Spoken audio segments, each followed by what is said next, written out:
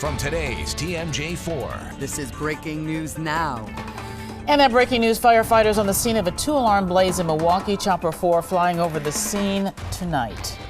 That fire broke out in an apartment complex on 35th Street north of Florist. Katie Crowther live at the scene now with the latest. Katie? Steve and Carol, a huge response here. I'm actually joined by Michael Brown, who is the person who called 911. Michael, you work in this building, this home. Describe what happened and what this building serves. This is a PCW. This is a assisted living home. I'm a personal care worker. This is a non-smoking facility, and one of our clients was smoking in her residence, and she know that's not allowed, and her cigarettes was taken from her, but unfortunately I forgot to take her lighter, and it set her off, and she set her bed on fire. And so this is a home for people with mental disabilities, also physical. Yes, so a very scary situation. You had to help a lot of people out of the building. Yes, at least like 10 or 11 people I had to get out of there. And at first we weren't sure that we got everybody out, but the the fire chief told us that everybody's safely out of there. So that's a relief. Overall, a very scary night for you out here. Yes, it was. Yes, it was. Because, we like pretty much a lot of these people got. So, our heart is with them. So we have to take care of them. And for something like this to happen, yes, it's very scary. Where are they going to be staying now tonight? Right now, it's either the Red Cross or my boss is coming, but they'll be situated for the night. Everything will be taken care of. All right. Well, thanks to your bravery and for calling 911. Good work. Thank you, too. We will bring you more as we have the latest. But as of right now, no one injured, but definitely a scary situation here as this building caught fire after a woman set her bed on fire. Reporting live, Katie Crowther, today's TMJ4. That man thought quickly. Katie, thanks. Thank goodness. Well, more breaking news tonight. Residence halls at UW La Crosse evacuated because of a suspicious package. The school issued a campus alert this afternoon. A bomb squad has been called in to inspect that package. Classes and other school activities, though, have not been canceled. Some dramatic video released today by Milwaukee police showing the moments officers burst into a home to rescue hostages held by a gunman. Investigators say this all began as a drug-related home invasion. And that led to some intense moments captured on a police body camera. Corrine Zell live at the Police Administration Building with the latest. Corrine. Steve and Carol, the video shows what police are seeing and hearing when the suspect starts firing shots with hostages nearby. Milwaukee police arrived at North 76th and Townsend shortly after midnight. One robber fled the scene before police went inside, but was captured by officers. The other suspect fired shots towards police but missed. An officer fired back. He also missed. This body cam video shows a negotiator talking with the suspect. The man took 2 hostages to the basement and tied their hands behind their backs. You can hear what they were hearing. You can see what they were trying to do to bring this to a peaceful resolution. You can see, as I say, the fact that restraint characterized their attempts at negotiation as well as their tactics. Negotiations went on for about a half hour until officers heard gunshots. They rushed downstairs immediately. Tactical officers located the suspect on the floor where he was deceased and rescued the 2 hostages, one laying next to him on one side of his body, the other lying next to him on the other side of the body. The suspect hit one of the hostages in the head with a gun. He was taken to the hospital. Police arrested both victims for having a drug house. Tonight, police are investigating the relationship between the shooter and the hostages. We're live outside the Police Administration Building. Corrine Zell, today's TMJ4. Corrine, thanks. Gun shops and shooting ranges are seeing an increase in activity after the mass shooting in Southern California. Michelle Fiore live at the Waukesha County Technical College shooting range with more. Michelle. Steve, Carol, well, those visiting the shooting range tell us that activities like these are empowering. Their business is accounting for an uptick in sales both here and at gun dealers. It's the middle of a workday. You might not expect this, but every station's taken at this shooting range in Pewaukee. Whether it's a first-time shooter, somebody who hasn't even fired a gun before, people who are inexperienced with handguns, or experienced shooters, we continue to see. You can see on a Tuesday afternoon how crowded it is in here. The same can be said for gun dealers. December's typically busy for them anyway, but since the shooting in San Bernardino, there have been even more purchases of guns and ammunition. There was no one else armed except the bad guy. So We've heard it time and time again recently. The only way to stop a bad guy with a gun is a good guy with a gun. Josh Keepman bought a gun Friday. He says it was difficult to find the one he wanted. The shop owner had shared with me was that sales have been a lot higher than he had expected for this time of year. Eric Lovegren discovered that over the weekend. He tried to help his student buy an AR-15 style rifle with no luck. I was shocked. You know, not only that there was zero in inventory for the gun I was looking for, but zero in inventory from anything similar. And we met a woman here who tells us that she got her license to shoot 3 years ago, but not until last week did she finally decide to carry her gun with her. And that, she tells me, is directly because of what happened in San Bernardino. Reporting live in Pewaukee, Michelle Fiore, today's TMJ4. Yeah, apparently a lot of people taking action. Thank you very much, Michelle. A new state law aims to help save lives from heroin overdoses. Governor Walker today signing a bill that allows Narcan to be dispensed without a prescription. That drug will help reverse the effects of an overdose. State Representative John Nygren introduced this legislation. His daughter has battled addiction for a number of years. Our goal is to, as the governor said, is to help people get to a point where they're independent and they're in recovery. But to do that, they have to be alive. And having more Narcan available to do that, I think, is a important first step. CVS pharmacies have already had Narcan available as an over-the-counter drug since September. Well, next year could be a good year if you're looking for a job. Manpower released its job survey today. About 25% of Milwaukee employers surveyed say they plan to hire new workers from January to March. National rankings put Wisconsin somewhere in the middle for hiring.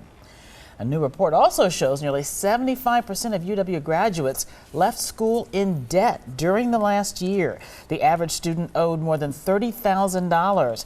The report also found that 71% of all undergrads receive some form of financial aid.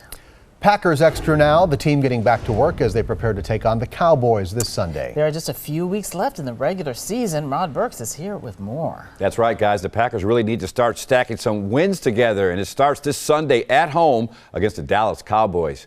Green Bay understands they need to get their home field advantage back after losing their last 2 games at home to Chicago Bears and the Detroit Lions. Here's Packers head coach Mike McCarthy.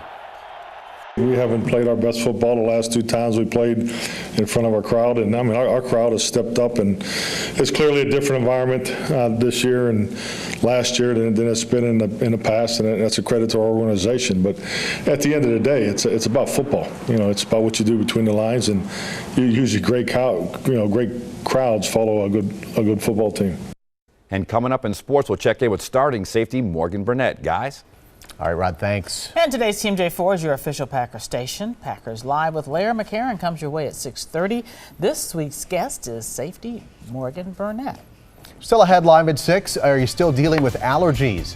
We'll tell you the holiday tradition that might be to blame. And next, Packers moving forward with the Titletown Development Project west of Lambeau Field, but find out what's putting parts of that project in jeopardy.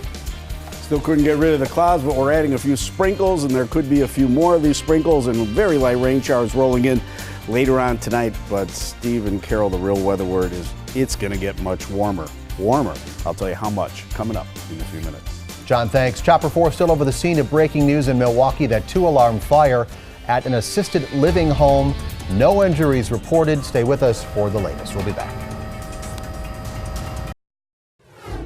Packers Extra now. The team has big plans for the land west of Lambeau Field. The Titletown Development Project includes new bars and restaurants, but there could be a snag. The village of Ashwaubenon is at its limit for liquor licenses. Now village leaders and the Packers are asking state leaders for help.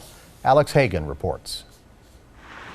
The major pieces to the Titletown district on Lambeau's west side are set to go. Parts of that project are in jeopardy. However, some developments to complement a hotel, brewery, and sports clinic are on hold. Restaurants or an ESPN sports bar or something like that. State law puts a limit on liquor licenses based on population. If you're a hotel. Ashwaubenon's village president, Mike Aubinger, says he's at the limit needing 2 more. Does not warrant any more than 35 or 36 licenses. So what's the next course of action? So we've gone to the state and asked them to help us. My goodness, we have to be responsive and do what we can. Representative David Steffen of Howard is stepping in with plans to introduce legislation this week. Large-scale economic development projects within Ashwaubenon as well as any other municipality to receive up to 2 additional liquor licenses. The Packers released a statement today saying, quote, Representative Steffen's proposal is with an eye to the future and potential needs that may exist in the Titletown district. This is very integral to our advancement of that area and our success in that area. Aubinger, along with the Packers, hope state leaders answer their call. And if the village needs more than 2 licenses, that bill would allow municipalities to exchange them. The bill's sponsor plans to introduce it tomorrow. Well, here's a story that is positively Milwaukee. Milwaukee area residents rank number 3 in the country when it comes to volunteering. Now, that's according to a new report released today by the Corporation for National and Community Service. It finds nearly 34% of Milwaukeeans volunteered in 2014, and Wisconsin as a whole ranks number 5 as a state for volunteering. Coming up live at 6, John Milan lets us know how long the rain will hang around. Also ahead, finding yourself dealing with allergies again? A holiday tradition could be the culprit. And we are staying on top of breaking news, a 2-alarm fire at an assisted living home in Milwaukee. Katie Crowther live at the scene and just spoke with fire officials for an update. Katie? Yeah, Steve and Carol, I actually have Battalion Chief Kenton Keiss with me right now. Kenton, just tell us what the details as you know them right now. Quickly, we got a call a few minutes before 5 o'clock, apartment fire. First unit came on scene within 3 minutes. Heavy fire and smoke coming out of the second floor. A lot of the residents were evacuating at this time. Smoke detectors were going off, which is a good thing. They got out of the building. People said all people were cleared. And then we started an offensive attack inside the building. With the amount of units in this place of 12 units, we decided to go to a second alarm fire. So we had companies from North Shore here helping us also. We were able to put out the fire and under control within 40 minutes. All right, thank you so much. Overall damage is about $200,000 to the building. The fire was started by a woman who set her mattress on fire. This is a home for people with mental and physical disabilities. We will continue to bring you the latest. Reporting live, Katie Crowther, today's TMJ4. Yeah, thank goodness no one was injured. Thank you, Katie. New at 6, just when you thought you could breathe free, a holiday tradition may be causing your allergies to act up. Scott Steele tells us what the concern could be. Christmas tree, oh Christmas tree. They are aromatic, an annual tradition, and as much a part of the season as Santa. But if you're sneezing and wheezing a lot lately, this could be the cause. Those live trees bother you a little bit. Yeah, the smell and everything. Tamika Gray is an asthma sufferer and example of someone initially surprised by the Christmas-related culprit. Yeah, it's kind of shocking though. It's just so weird because it's, Christmas time. We don't need to go through our asthma problems. Not yet, wait. Some call it Christmas tree syndrome. The same beautiful branches that support strings of lights also release allergens into the air. But this is the time of year they come to us and they say, oh my God, you got to do something. Every Christmas I'm sick all holiday and I can't enjoy my family. And it starts when I bring that tree in. It can be a bit frustrating. Just when you think winter's cold will cap all your allergies, they pop up again, often even worse. But doctors believe jumping on the issue early with appropriate treatment can make a big difference. There are lots of great medications. We have over-the-counter antihistamine, over-the-counter nasal steroid sprays.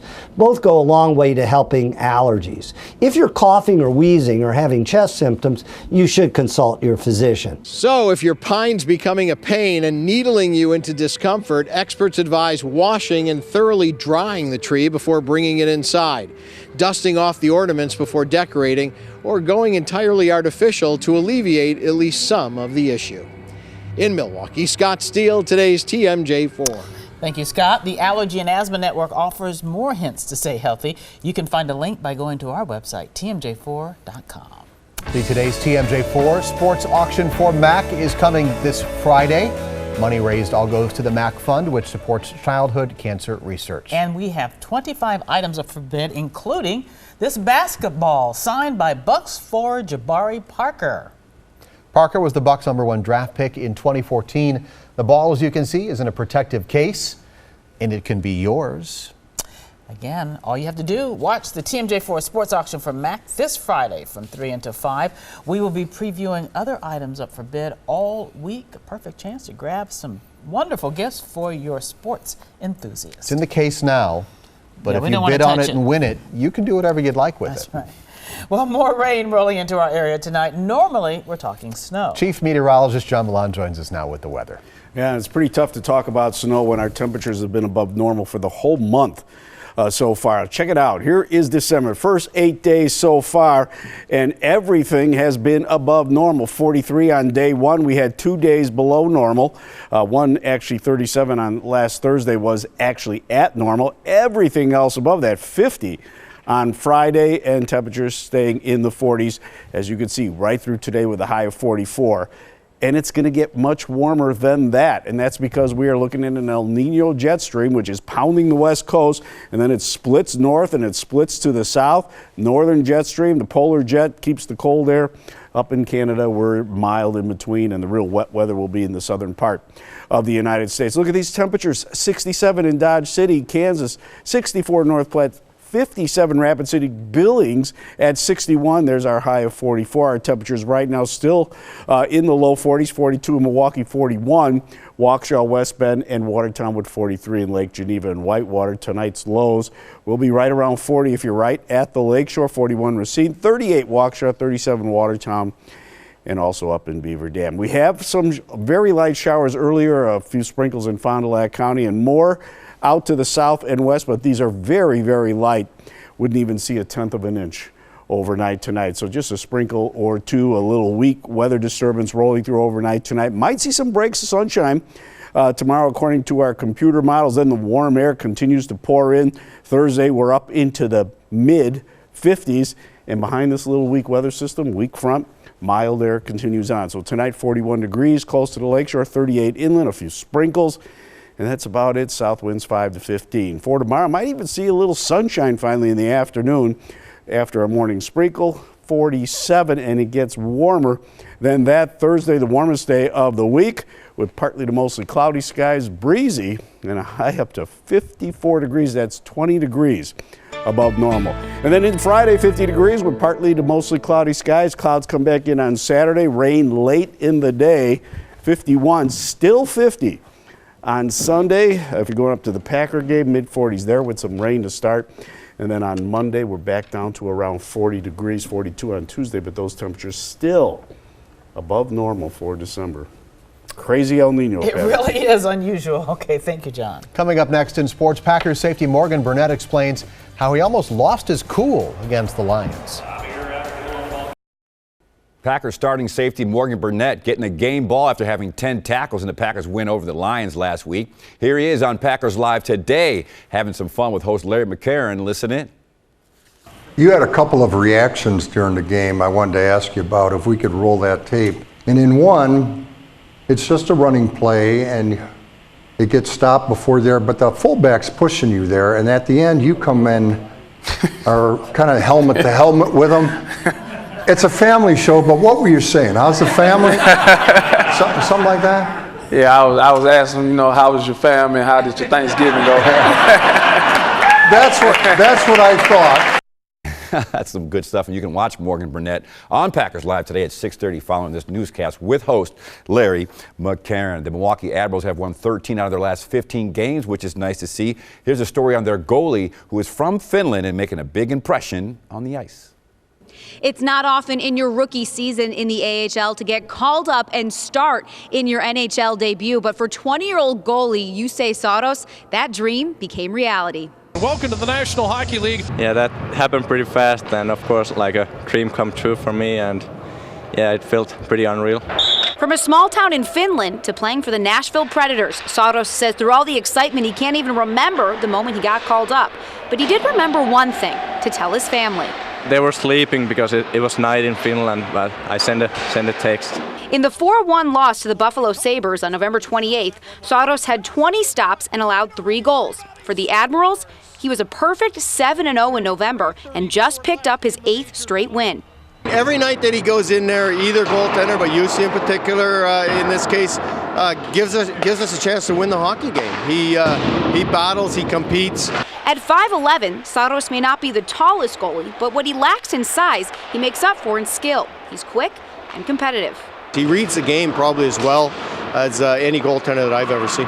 One of the biggest assets or compliments that a hockey player can get is that he's professional. He conducts himself like a pro, and he's done that from day one. The Admirals left this afternoon for Grand Rapids. They play the Griffins tomorrow night. Saros will start in goal. At the Kern Center, Elise Menaker, today's TMJ4. Nice job, Elise. That's sports. We're back after the break. And if you're going out tonight, mild temperatures continue on, low 40s right through 10 o'clock tonight. If we see a sprinkle, and this isn't really rain, this is just a sprinkle or two, that would come after 9 o'clock. Okay, thanks for joining us on Live at 6. Packers Live is next. Stick around.